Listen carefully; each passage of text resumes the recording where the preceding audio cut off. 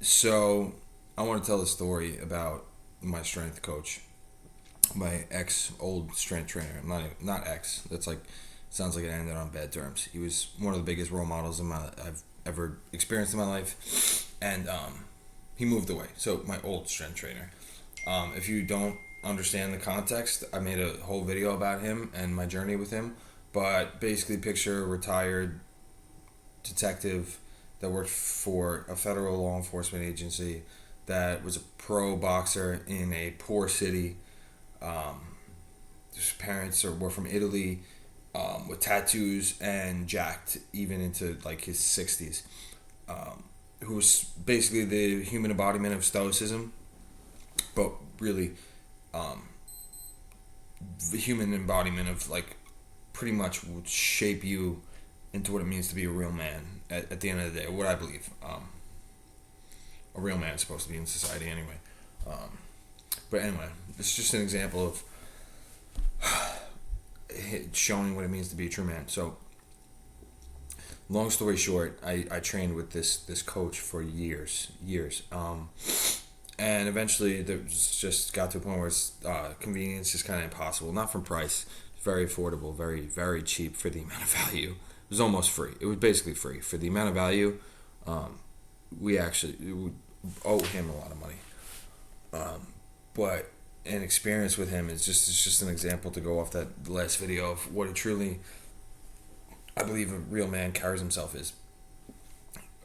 In the beginning, obviously there wasn't much of a close relationship. He was coach and student, and obviously extremely high level of respect, but a lot of fear, a lot of nerves with him. But down the line, became second father. If you haven't watched the other video, watch the other video to get more reference. But I had stopped going for like maybe like two.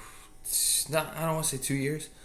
It'd probably been like a year and a half. I would come or go every now and again, get back in there. I was still lifting weights on my own, but I would show up and do a workout. He's like, "You coming back?" I'm like, "You really coming back?" I'm like, "Hey, I mean, I think so. I think this is the time." I kind of just, here and there would show up, pop in, work out, when I had time, and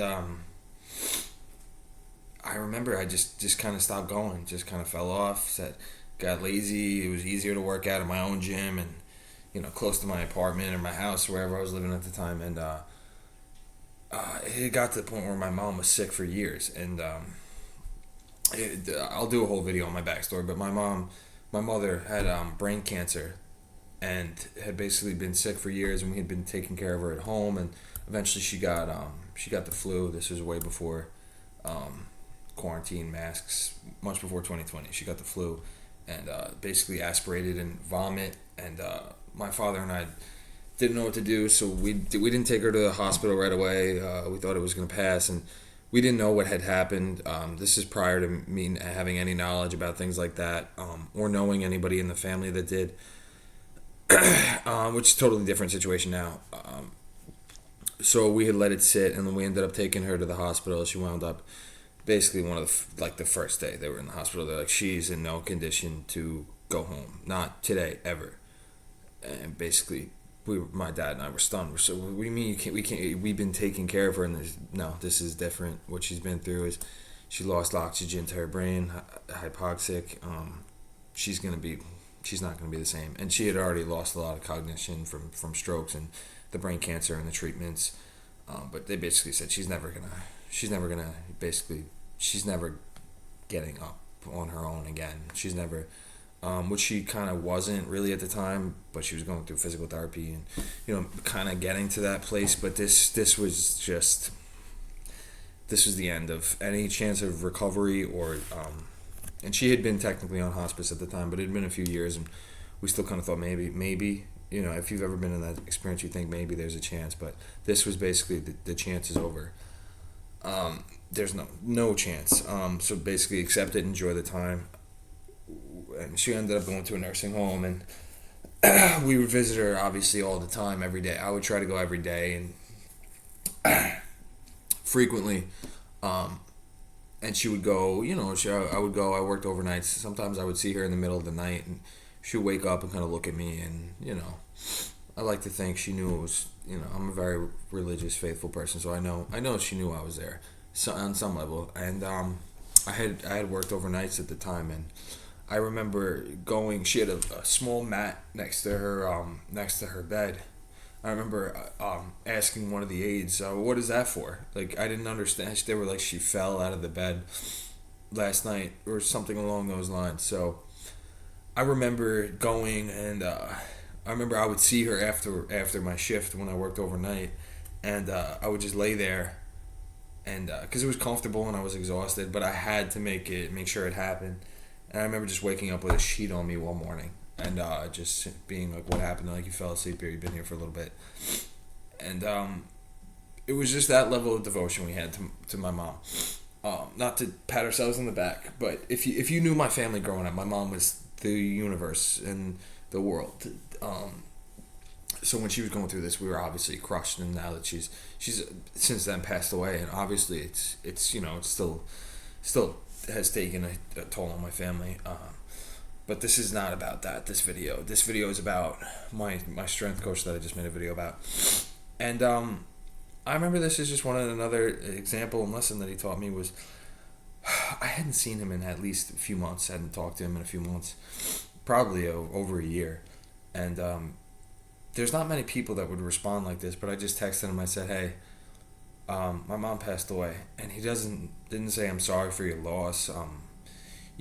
Oh, I'm so sorry to hear that. I'm here if you need anything. He said, "Why did you not tell me sooner about the wake?" I hadn't spoke to him in a year. He he, in other words, said, "I'm going to pull you through this." He said, "Why didn't you not tell me sooner? I will see you," because I told him like the night or two before the wake, and he was more angry that he didn't know to have more time to prepare for the wake. He said, I will see you tomorrow. I'm pissed you didn't tell me sooner. No coddling. I'm here for you for anything. I'm so sorry for your loss." Obviously, at some point when I saw him, he gave me a hug. He said, "I'm so sorry. So sorry, son." He used to call it son.